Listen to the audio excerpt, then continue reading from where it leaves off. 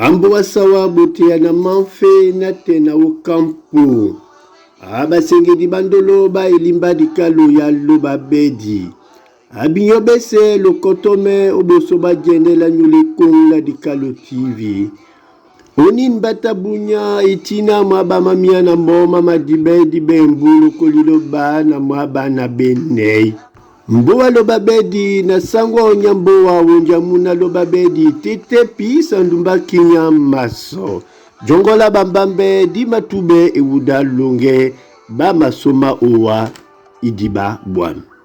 Wenge pete oye netinya bunya madoi mamende ojonde ya milima mimende oloma momene yene pasi tumune ojowe dimbambe la bane. Ambo wasawa wanye na nyumane nyola jabwele la bana bongo bese wongele soba tete wadimia bambambe bongo.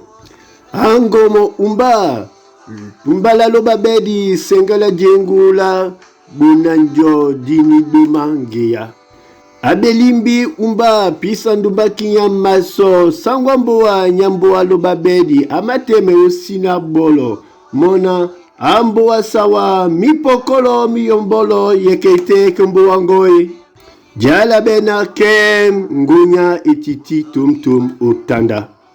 Ababa mayomse miso kebane bamana. Ama tumba mena matiki poko osuele bandise mambua masu. Binyo bwaso puelo nengemo mlumba ebanjana musemwa nyumwe ungea. Kalata miango mapenya ya mbwasu yimende kika. Bidangwe di banyu. Na tinte yimole kama yama nimboa bioleno jindise oetia.